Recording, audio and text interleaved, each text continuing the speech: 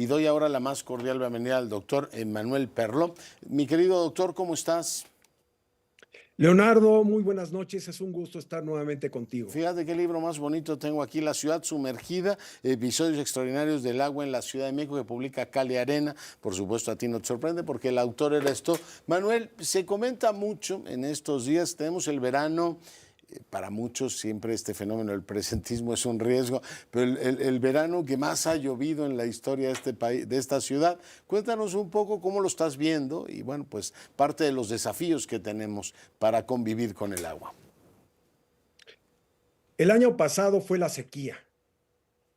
No teníamos el agua del Cutzamala, de otras regiones también faltaba. Entonces, la población clamaba por agua. Se pensaba que llegaríamos al día cero. No ¿Verdad? llegamos a eso. Y luego vinieron las inundaciones de los meses de julio, agosto, que fueron casi tan severas como las que hemos tenido este año.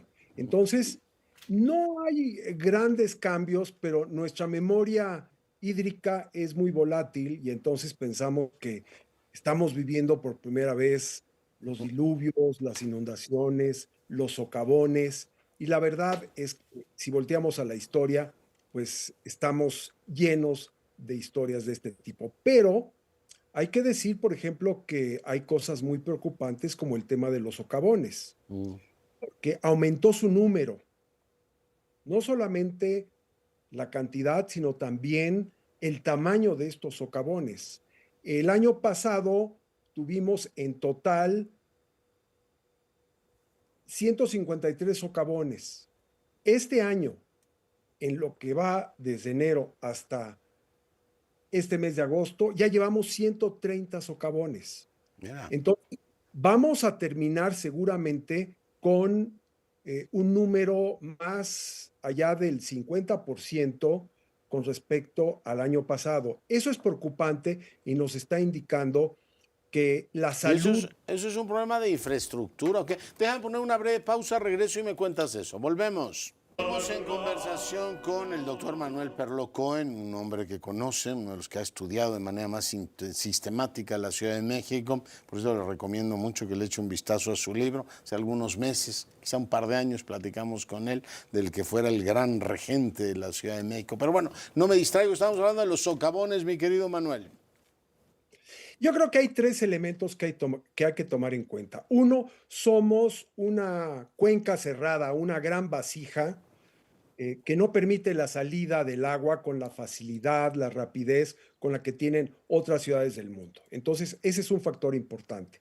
El segundo es que tenemos un proceso de hundimiento diferencial debido a la explotación extrema que hacemos de nuestros mantos acuíferos y esto origina asentamientos del subsuelo que dañan la infraestructura tanto de agua como de drenaje, además de otras obras de infraestructura. Y tenemos también una red de drenaje amplísima. Tan solo en la Ciudad de México, sin contar el área metropolitana, tenemos 2.500 kilómetros de red primaria y 12.000 kilómetros de red secundaria. Entonces, todo ese sistema circulatorio de drenaje, pues de repente tiene ya una edad muy avanzada, presenta fracturas, tiene fugas, con los hundimientos se aumenta, se magnifica el problema y todo esto ¿Es muy lleva, exigente en términos de mantenimiento todo ese sistema? requeriría un mantenimiento tan detallado, tan cuidadoso como el del sistema de abastecimiento de agua, como se hace en muchos lugares del mundo. Se le da tanta importancia al drenaje como al abastecimiento de agua y al tratamiento de las aguas residuales. Entonces, es un sistema muy complejo, todo interrelacionado, que requiere grandes inversiones. Y fíjate, a diferencia de lo que ocurre con el pago por los servicios de agua, que representa una recaudación aproximadamente de unos 9.000 millones de pesos, solamente se recuperan 200 millones de pesos por concepto de pago de derechos de desagüe, de drenaje. No es nada. Entonces, cuando el gobierno tiene que pensar a dónde dirijo mis escasos recursos, porque son escasos los que tiene para gastar, pues los dirige mucho más al abastecimiento de agua, que es un tema políticamente más álgido que el del drenaje, Claro. porque el drenaje finalmente, pues fue la voluntad de Tlaloc, llovió mucho, es una lluvia extraordinaria y nadie se responsabiliza, ni siquiera el gobierno. En cambio, la población sí sale a manifestarse y a expresar su enojo cuando el agua nos falta. Entonces, se le dedica poco dinero, esa es la realidad, a el mantenimiento de un sistema que es tan vasto, tan complejo y que tiene ya problemas estructurales muy serios desde hace muchos años. Doctor, es una interpretación espontánea de lo que ocurre en la ciudad. Me decían, por ejemplo, en Xochimilco, va avanzando la urbanización y eso explica que el agua no encuentre su cauce. El lado poniente, recordamos que Mario Molina y muchas otras voces alertaron sobre cómo se iban efectivamente apropiando, en este caso urbanizaciones de alto nivel, de las barrancas del poniente de la ciudad. Pero ¿tiene algo que ver estas inundaciones que ahora tenemos y la furia con la que baja el agua en estos tiempos con ese avance de la mancha urbana, doctor?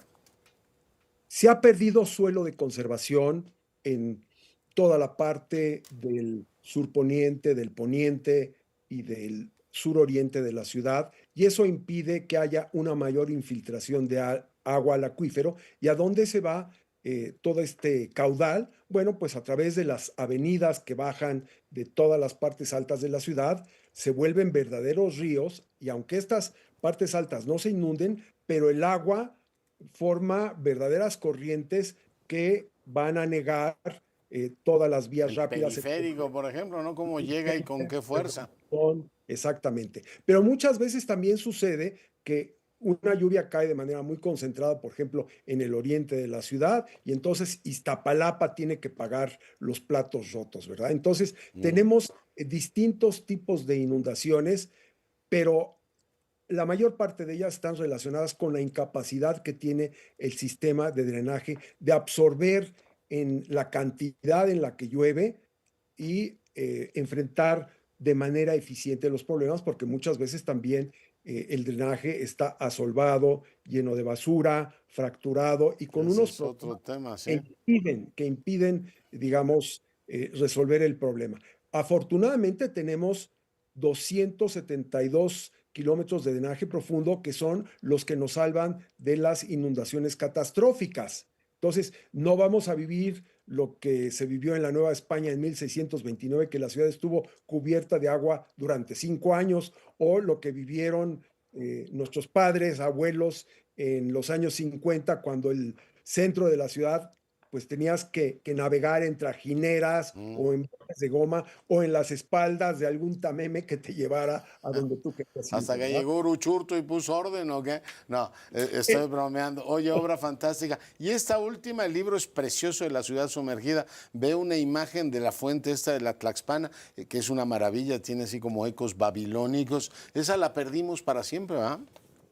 Pues a un señor se le ocurrió que en aras del progreso había que derrumbarla y se tiró prácticamente todo el acueducto de Santa Fe, que había abastecido de agua por 250 años prácticamente a la Ciudad de México, incluso ya muy avanzado el porfiriato, y pues como muchas otras obras coloniales, eh, se les aplicó la piqueta y la fuente de la Tlaxpana, que sería una maravilla Oye, tenerla. la veo ahí, es una belleza inefable, además evocadora en este caso. Pero el libro está ya disponible, le recomiendo mucho su lectura. Yo mismo me dedicaré a leerlo. Manuel Perló, muy agradecido contigo. Gracias a ti, Leonardo. Muy buenas noches al auditorio. Gracias. Bueno, pues ahí tiene otro distinguido universitario. Yo he tenido la fortuna de conversar con nuestro rector, con el doctor Perló, que fue director del Instituto de Investigaciones Sociales.